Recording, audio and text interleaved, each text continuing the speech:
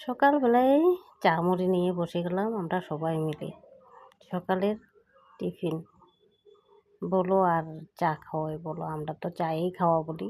মুড়ি মেখে নিলাম সুন্দর করে, পেঁয়াজ লঙ্কা আর তেল নুন দিয়ে সিম্পলভাবে, আর অন্য কিছু দিইনি। আর সঙ্গে একটি শসা কেটে নিয়েছি। তারপরে চলে যাব পিছনে গিয়ে কয়েকটা ভাত করলা আছে পেরে নেব। যেহেতু আমি কালকে সবগুলি পেরে নিয়েছিলাম, উনি আবার ভীষণ রাগ করছেন। তার জন্য দুটা গাছে তো থাকেই, তার মধ্যে দুটা পেরে নেব। আজকে স্কুলে যাওয়ার সময় ভেজে দেব ওদের দুজনকে। গরম ভাতের সঙ্গে খুব ভালো হয় খেতে, আর হয়েছেও খুব বড় বড়। দেখতে কি সুন্দর হয়েছে, অনেকগুলি লাগছে। হয়তো উপরের বাঁশ দিয়ে জেং দিলে সুন্দর হতো, অন্যবার আমি দিয়ে দিই, এইবার আর দিইনি। প্রচণ্ড জঙ্গল হয়, আর কি হয়, চারোদিকে বান্দর আসে। যেহেতু আমাদের পিছনে অনেক জঙ্গল, এই বান্দরের অত্যাচার বেশি হয়ে যায় ফলমূল থাকলে।